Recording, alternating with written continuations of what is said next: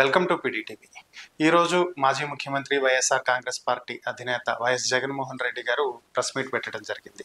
దీంట్లో ముఖ్యంగా ఏంటి అంటే ఈ సూపర్ 6 సూపర్ హిట్ అనేటువంటి దాని గురించి, అలాగే ప్రభుత్వ మెడికల్ కాలేజీలను ప్రైవేట్ పరం చేసే దాని గురించి, అన్నదాతలకు యూరియా అందట్లేదు, ఎరువులు అందట్లేదు, మద్దతు ధర రావట్లేదు అనే దాని గురించి ఆయన ముఖ్యంగా ప్రస్తావించడం జరిగింది. మరి ఈ అంశాల మీదే మనతో విశ్లేషించడానికి ప్రముఖ రాజకీయ విశ్లేషకులు పురుషోత్తం రెడ్డి గారు మనతో ఉన్నారు. ఆయనతో మాట్లాడతాం. నమస్తే పురుషోత్తం రెడ్డి గారు. సందీప్ గారు నమస్తే సార్, ఈరోజు ప్రెస్ మీట్లో జగన్ గారు మాట్లాడటం జరిగింది. రైతులకు ఎక్కడా ఎరువులు అందట్లేదు, గతంలో మా ప్రభుత్వంలో రోడ్డెక్కిన పరిస్థితి లేదు, ఈవెన్ చంద్రబాబు నాయుడు గారి సొంత నియోజకవర్గం కుప్పంలో కూడా రైతులు రోడ్ల మీద బారులు తీరినటువంటి పరిస్థితి, ఇలాంటి దారుణమైన పరిస్థితి గతంలో లేదు అని చెప్పి ఆయన చెప్పడం జరిగింది. అయితే ప్రభుత్వం మాత్రం దీనికి భిన్నంగా చెప్తుంది, యూరియా కొరత లేదని చెప్తుంది. కానీ ఇక్కడేం కృత్రిమ కొరత సృష్టించారు, ప్రైవేట్ వ్యక్తుల పరం చేశారు అనేది కీలకమైనటువంటి ఆరోపణ. ఇందులో వాస్తవాలు ఏంటి? అంటే అధికార ప్రతిపక్షాల మధ్య వాద ప్రతివాదాలు ఎలా ఉన్నా సమస్య అయితే ఉందనేది ఒక వాస్తవం. అంటే వైఎస్ఆర్ కాంగ్రెస్ పార్టీ నిన్న నిర్వహించినటువంటి ఆందోళనలో ఎక్కువ మంది రైతులు పాల్గొన్నారు. అర్బన్ ఏరియాలో సహజంగా రైతులు ఉండరు, తప్ప పార్టీ లీడర్లు పాల్గొన్నారు, యాక్టివిస్టులు పాల్గొన్నారు. కానీ రూరల్ నియోజకవర్గాలు ప్రాతిపదిక ఉన్న అన్ని నియోజకవర్గాల్లో ప్రోగ్రాం విజయవంతమైంది. విజయవంతమైందంటే రైతులు పాల్గొన్నారు అంటే అర్థం సమస్య ఉన్నట్టు లెక్క. రెండోది, మనకు పత్రికల్లో వస్తున్న వార్తల ప్రకారం చాలా చోట్ల గ్రామాల్లో ప్రభుత్వం దండోరా లాంటిది, రైతులు ఇట్లాంటి వాటిలో పాల్గొనొద్దని మీకు అన్ని ఆయన చేస్తానంటే పద్ధతులు చేశారని చెప్పారు. అన్ని చేసిన తర్వాత కూడా ఇంతమంది పాల్గొనడం ఏంటి? సమస్య ఉందనే కదా అర్థం. రెండు, యూరియా సమస్య ఉన్నదని ప్రభుత్వం ఇండైరెక్ట్గా ఒప్పుకుంటా ఉంది. అచ్చెన్నాయుడు గారు చేసిన వ్యాఖ్యలు కొంత పరిశీలిస్తే యూరియా ఎక్కువ వాడడం, వీటికి సంబంధించి ఒక సాంకేతికపరమైన అంశాన్ని ప్రస్తావించారు. అంటే ఎక్కడో కొంత లోపం ఉన్నట్టే కదా లెక్క. కాబట్టి ఇది ఒక సమస్య ఉంది. ఆర్బీకేల వ్యవస్థ గత ప్రభుత్వంలో బాగా నడిచింది, రైతు భరోసా కేంద్రాలు.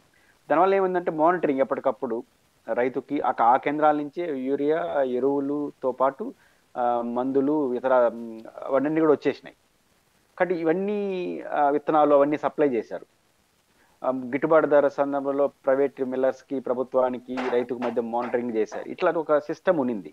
అది ఎంతో కొంత ఉపశమనం. ఉదాహరణకు యూరియా దొరకలేదు అనుకోండి, యూరియా ఒక నెల రోజుల పాటు గత ప్రభుత్వంలో దొరకకపోయినానికి ఈ ప్రభుత్వంలో ఒక నెల దొరకడానికి ఒక వ్యత్యాసం ఉంది, నెలే. కాకపోతే ఇక్కడ రైతు భరోసా కేంద్రాల నుంచి ఆ సిబ్బంది ఎవరైనా వెళ్ళి యూరియా సమస్య నెలలో రాదు, వచ్చే నెలలో వస్తుందని చెప్పారు అనుకోండి, గ్రావిటీ తగ్గిపోతుంది. కాబట్టి ఆ ఇన్బ్యాలెన్స్ అనేది కొంత ప్రభుత్వం లోపంగా కనిపిస్తుంది. దానితో రైతులకు గిట్టుబాటు ధర సమస్య మనకు కళ్ళ ముందు కనిపిస్తుంది. కాబట్టి నిన్న ఇచ్చినట్టు ప్రోగ్రాం సక్సెస్ అయింది, విజయవంతమైంది. కాబట్టి ఎక్కువ మంది రైతులు పాల్గొన్నప్పుడు ఆ సమస్య ఉంటేనే పాల్గొంటారు. రైతులు రాజకీయాలు ఎంత చెప్పినాడో పాల్గొంటారు. అందుకని పాల్గొన్నారంటే సమస్య ఉంది. మంత్రుల ప్రకటన కూడా కొంచెం భిన్నంగా ఉన్నాయి. కాబట్టి ప్రభుత్వం దాన్ని సరిదిద్దుకోవడం మంచిది తప్ప నిందలేసే లాభం లేదు. ఒకవేళ బాగా చేసుంటే పాల్గొనడం వైసీపీకే నష్టం, అనవసరంగా మమ్మల్ని తీసుకొచ్చారని. ఈ సమస్య లేకపోతే ఏ రైతు కూడా రాడు, అది వైసీపీ రైతా తెలుగుదేశం రైతా ఉండదు కదా.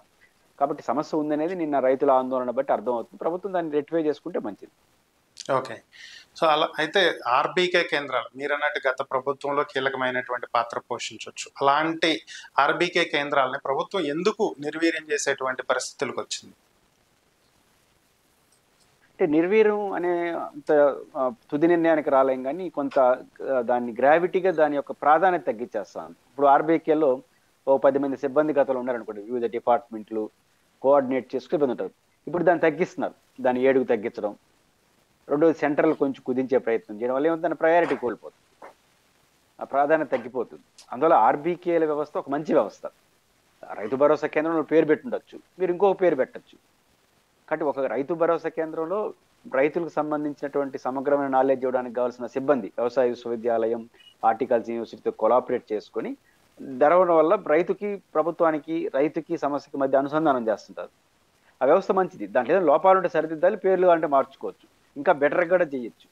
ఇవేమి లేకుండా దాన్ని రద్దు చేసే ప్రయత్నం చేయలేదు, నిర్వీర్యం చేసే ప్రయత్నం చేయలేదు. కానీ ఆ సెంట్రల్ తగ్గించడం, లేదా అందులో ఉన్న సిబ్బందిని సంఖ్యని తగ్గించడం, అంటే తీసేరు. ఇప్పుడు ఆల్రెడీ చాలా చోట ఖాళీలు ఉంటాయి కదా.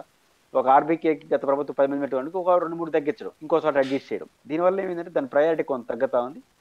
ఫోకస్ తగ్గిపోయినప్పుడు ఆటోమేటిక్గా దాని ప్రభావం పడుతుంది. అందువల్ల ప్రభుత్వం ఆర్బీకే విషయంలో ఒక స్పష్టమైన వైఖరి తీసుకుంటేనే మంచిది. ఓకే. అలాగే రైతులకు మద్దతు ధర కూడా అందట్లేదు. ముఖ్యంగా ప్రస్తుతం కర్నూలు ఇలాంటి జిల్లాల్లో ఉల్లి రైతులు చాలా ఇబ్బందులు పడుతున్నారు. క్వింటాల్ 1200 మద్దతు ధర కల్పిస్తామని చెప్పినటువంటి ప్రభుత్వం కనీసం 600 కూడా ఇచ్చేటువంటి పరిస్థితి లేదని రైతులు బాధపడుతున్నారు. మరి ఈ పరిస్థితిని ఎందుకు ప్రభుత్వం చక్కదిద్దేటువంటి ప్రయత్నం చేయట్లేదు? అంటే మనకు 3 సమస్యలు ఉన్నాయి. ఇప్పుడు 4వ సమస్య ఉల్లి రైతుల సమస్య వచ్చింది, మామిడి రైతుల సమస్య వచ్చింది, పొగాకు రైతుల సమస్య వచ్చింది, పొగాకు రైతుల సమస్య, మిర్చి సమస్య, మామిడి, ఇప్పుడు ఉల్లి ధర. ఇవన్నిటి యొక్క నేపథ్యాన్ని మనం పరిశీలించినప్పుడు ఈ ప్రభుత్వం లోపాలు కొన్ని కనిపిస్తున్నాయి, పరిస్థితుల ప్రభావం కూడా కనిపిస్తోంది. అంతర్జాతీయ మార్కెట్లో వచ్చినటువంటి మార్పులు కూడా ఒక సమస్యకు కారణం. అయితే ప్రభుత్వం ఏం చేయాలి? మనకి ఎంత పంట పండుతా ఉంది, ఇంటర్నేషనల్ మార్కెట్లో వచ్చే ఈ ఇష్యూ వల్ల ఏమి లోపం వస్తుంది, ప్రభుత్వం ఉన్నంతలో ఏం చేయగలదు అని సిన్సియర్ ఎఫర్ట్ పెడితే సమస్య పరిష్కారం కాకపోయినా ప్రభుత్వం ఫోకస్ పెడుతుందనే భావన ప్రజల్లో కలుగుతుంది. అక్కడ ఫెయిల్ అయినట్టు కనిపిస్తుంది. ఉదాహరణకు చిత్తూరు జిల్లాలో మామిడి రైతుల సమస్య ఉంది. మామిడి రైతుల సమస్య ఏమైంది? మామిడి పల్ప్ అంటారు. చిత్తూరు జిల్లాలో కూడా 1000 టన్నులు పల్ప్ ఉంటుంది. అది ఈ సంవత్సరం ఉత్పత్తి పల్ప్ చేస్తే నెక్స్ట్ ఇయర్ మళ్ళీ మామిడి వచ్చే లోపల పలసాయం వచ్చేంత వరకు ఈ పల్పు అమ్ముకుంటూ ఉంటారు. పల్పు ఒకసారి స్టోరేజ్ చేసిన తర్వాత సంవత్సరం పాటు అమ్ముతారు, మనకు జ్యూస్లో వాటిలో వాడుతుంటారు. ఇప్పుడు చిత్తూరు జిల్లాలో దాదాపు 40,000 టన్నులు ఎంతో ప్రీవియస్ ఇయర్దే పల్ప్ ఇంకా ఉందంట. ఇంకా కొత్తగా కొనుక్కుని ఆ పల్ప్ ఫ్యాక్టరీలు ఏం చేయాలి? మామిడిని పోనీ అది నిల్వబెట్టుకునేదానికి సాధ్యం అవుతుందా? సార్, పల్పు నిల్వబెట్టుకోవచ్చు కానీ మామిడి నిల్వబెట్టలేరు. కాబట్టి ఈ ప్రాబ్లం ఉంది. కాబట్టి ప్రభుత్వం ముందే తెలుసు కదా 40,000 టన్నులు పల్ప్ వాడ పెండింగ్ ఉందంటే రేపు మళ్ళీ చిత్తూరు జిల్లాలో కొత్తగా ఎవరు కొనకపోతే సమస్య వస్తుందని తెలియదా? తెలిసినప్పుడు ఆల్టర్నేటివ్ ఏం చేయగలరో చేసే ప్రయత్నం చేస్తుండాలి. రెండోది, అంతర్జాతీయ మార్కెట్లో సుంకాల సమస్య వస్తూ ఉందంట. రెండోది, ఈ మనకు లస్సీ లాంటి లస్సీ అంటారు కానీ మ్యాంగో జ్యూస్లు ఉంటాయి కదా, దీంట్లో పల్ప్ యొక్క పర్సంటేజీ ఒకప్పుడు 16-20% ఉండేదంట. చాలా మంది ఈ మ్యాంగో జ్యూస్ తాగే 100% మ్యాంగో అనుకోకూడదు.